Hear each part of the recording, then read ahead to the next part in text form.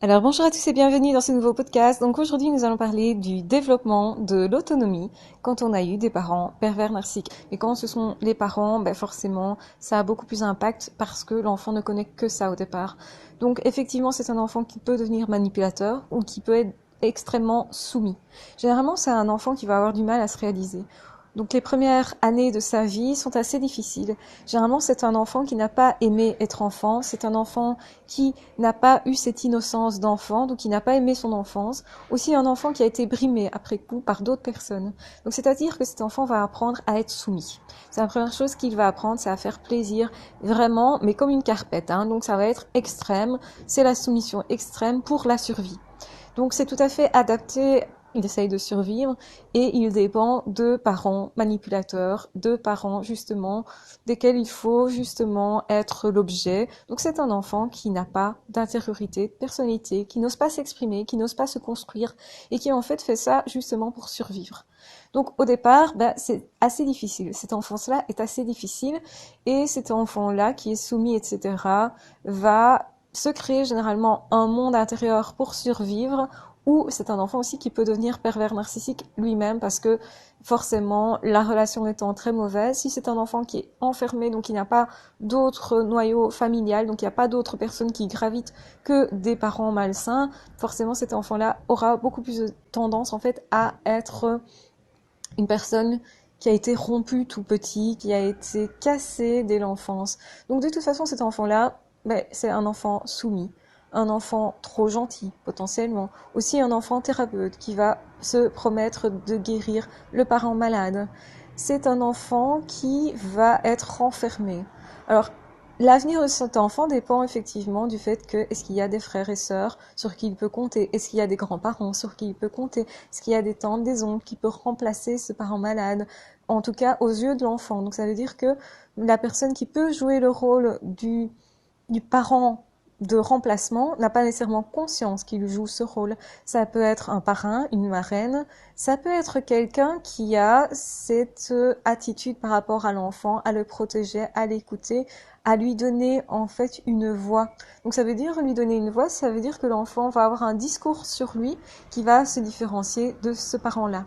Donc c'est-à-dire que c'est un enfant qui va devoir se créer intérieurement, mais il le fait en stummeling, si vous voulez, de façon cachée, pour ne pas que ce parent-là agresse cette personnalité qui se construit, qui est vraiment tacite, qui est vraiment en souterrain, qui se construit donc en souterrain.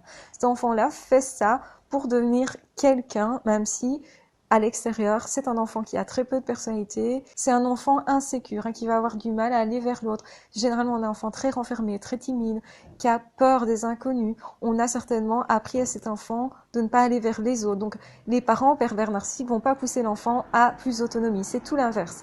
Ils vont garder l'enfant pour lui, comme faire valoir. On va le mettre en lumière que s'il valorise ses parents malades, qui se comportent lui-même comme un enfant. Donc le pervers narcissique se comporte comme un enfant, ce qui fait que l'enfant n'a pas sa place d'enfant, si vous voulez. Il n'est pas protégé, il n'est pas aiguillé, il n'est pas cajolé. Souvent, les besoins de base sont quand même tout à fait satisfaits. Donc besoin de base, c'est se vêtir, se nourrir, avoir chaud. Donc tout ce qui est basique, les pervers narcissiques savent donner ça à l'enfant quand même. Mais le problème, c'est que c'est illusoire. On fait semblant justement que cet enfant va très bien et cet enfant apprend à faire semblant aussi. Par rapport à l'extérieur se rend pas compte de la situation de l'enfant. Généralement, les autres ne le voient pas. Ça peut durer des années dans lesquelles l'enfant justement est enfermé dans quelque chose, il va se rendre compte après coup que c'est anormal. L'enfant, il n'a pas d'autres points de référence, si vous voulez. Pour lui, il ne connaît que ça, donc il peut pas remettre en question ça. Il se comporte comme ça, il sait comment il doit se comporter. Attention, papa ou maman fait sa crise de colère, je me soumets, je sais que je dois faire ça pour obtenir ça. Donc c'est un enfant quand même assez manipulateur, mais ça peut être dans la gentillesse. C'est pas nécessairement de la mauvaise manipulation, mais c'est un enfant qui est suradapté, un enfant qui va jouer aussi du faux self, qui va avoir une face, qui ne va pas avoir de personnalité. Donc la personnalité va s'établir après coup. Donc c'est un enfant qui peut naître aussi après coup par des rencontres extérieures, à l'école, par un lien particulier avec un enseignant, un lien particulier avec un frère, une sœur, le voisinage, des voisins qui seraient particulièrement sécurisants pour cet enfant-là, dans lesquels justement cet enfant-là va aller se réfugier et cet enfant va envier les autres parents, le relationnel que les enfants ont avec leurs parents que lui n'a pas eu. Hein. Il n'a pas été protégé, cajolé, etc.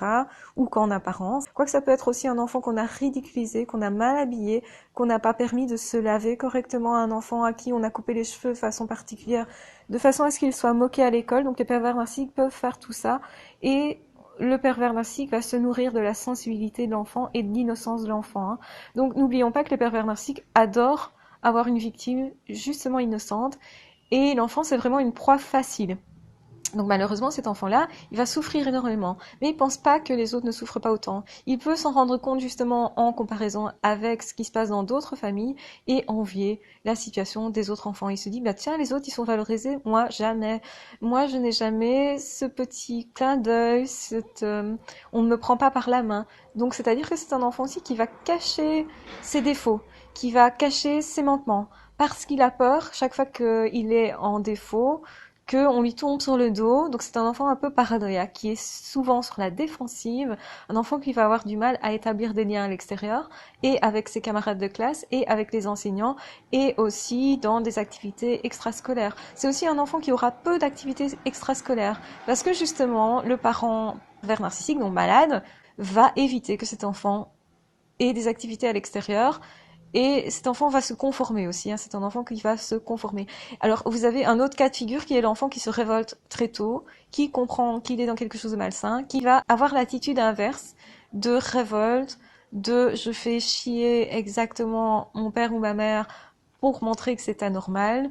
Donc, essaye de faire des scandales, essaye de se montrer mauvais élève, essaye de se mettre dans des bandes de jeunes délinquants, se drogue, va faire potentiellement aussi une tentative de suicide qui est à prendre non pas à la légère. Hein. C'est vraiment un enfant en révolte, mais parce que il essaye de défendre la vie qui est en lui.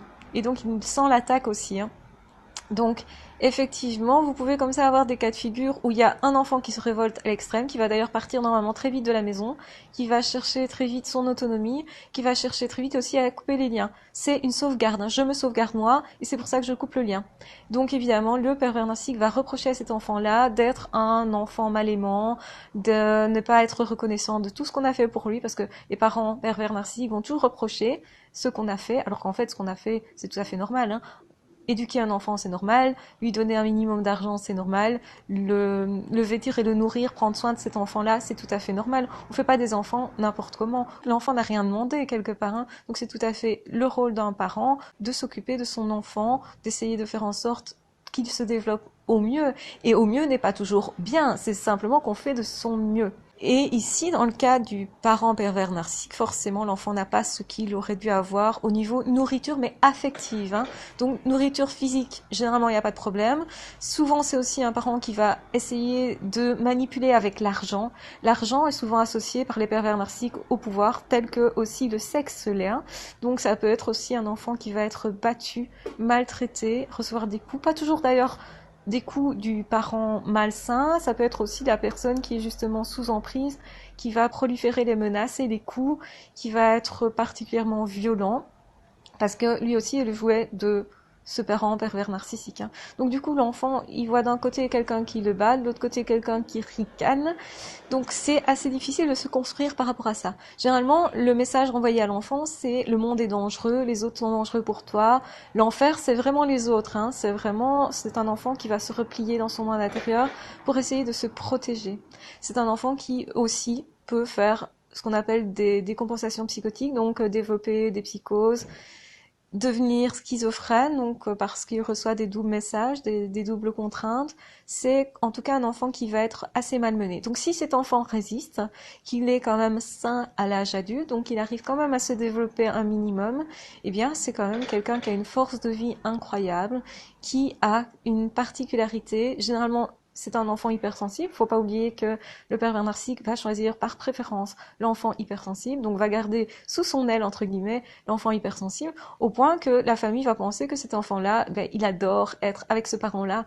Donc ça peut être un problème pour l'enfant qui veut se développer, qui, par exemple, aux fêtes de famille, est toujours collé à ces parents-là, qui, toujours à l'école, est collé aussi à ce parent-là, parce qu'on rapporte tout ce qu'il fait, donc il a encore moins d'autonomie, si vous voulez. Donc, quelque part, l'entourage est complice sans le savoir, sans le comprendre. Et généralement, effectivement, hein, l'entourage regarde ça, l'extérieur regarde ça, sans se rendre compte de ce qui se passe. C'est vraiment dans ça aussi que la perversion narcissique est très dangereuse, parce qu'on ne voit pas de l'extérieur que cet enfant souffre, comme exactement c'est le cas dans un couple qu'on ne voit pas non plus de l'extérieur ce qu'il en est. On peut penser simplement, oui, ils ont juste des problèmes de couple, on va pas s'en mêler, mais on n'arrive pas à comprendre qu'on est vraiment en train de voir quelqu'un qu'on est en train de tuer, et c'est vraiment ça, hein.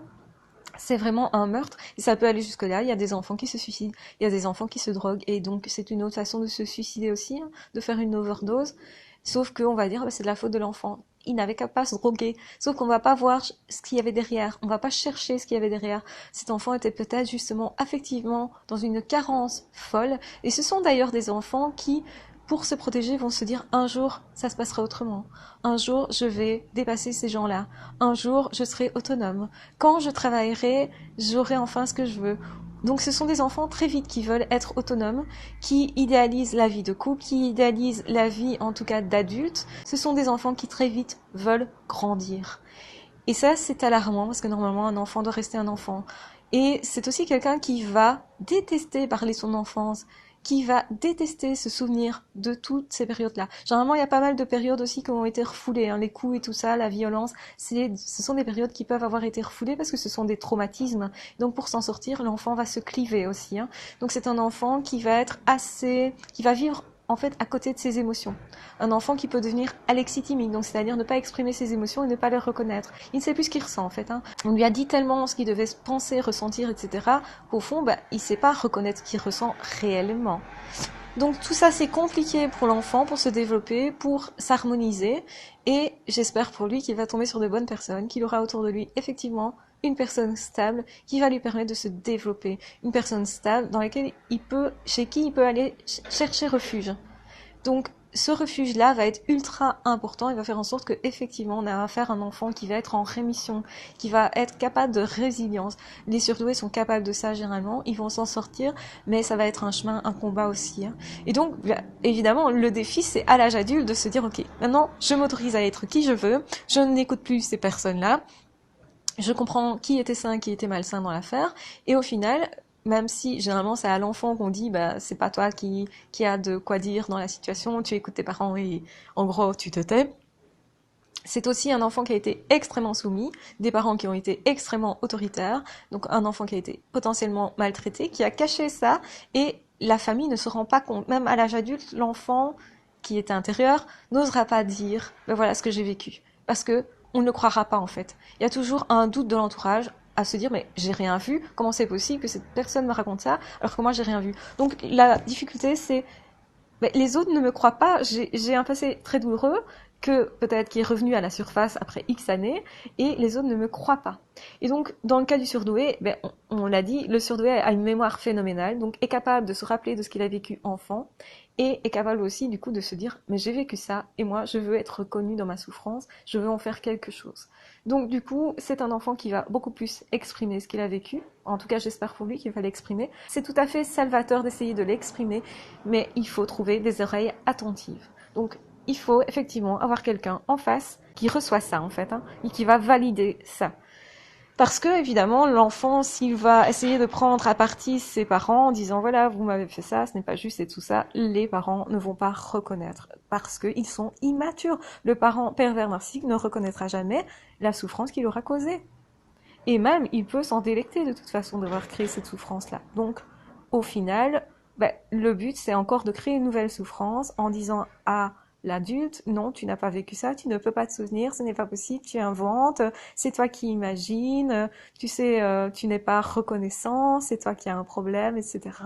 Ou va en psychiatrie, hein. Donc il y a beaucoup de pervers narcissiques qui va essayer aussi d'amener ces personnes-là en psychiatrie, en tout cas les faire douter d'elles-mêmes. C'est toujours le principe de la perversion narcissique, et c'est encore plus tragique quand c'est sur un enfant, parce que cet enfant-là peut continuellement douter jusqu'à ce qu'on lui dise mais non, tu as raison, ce que tu as vécu c'est vrai, et tu es la personne saine, et c'est à toi aussi à te valider en fait dans cette partie saine-là, et à te dire c'est toi qui as raison.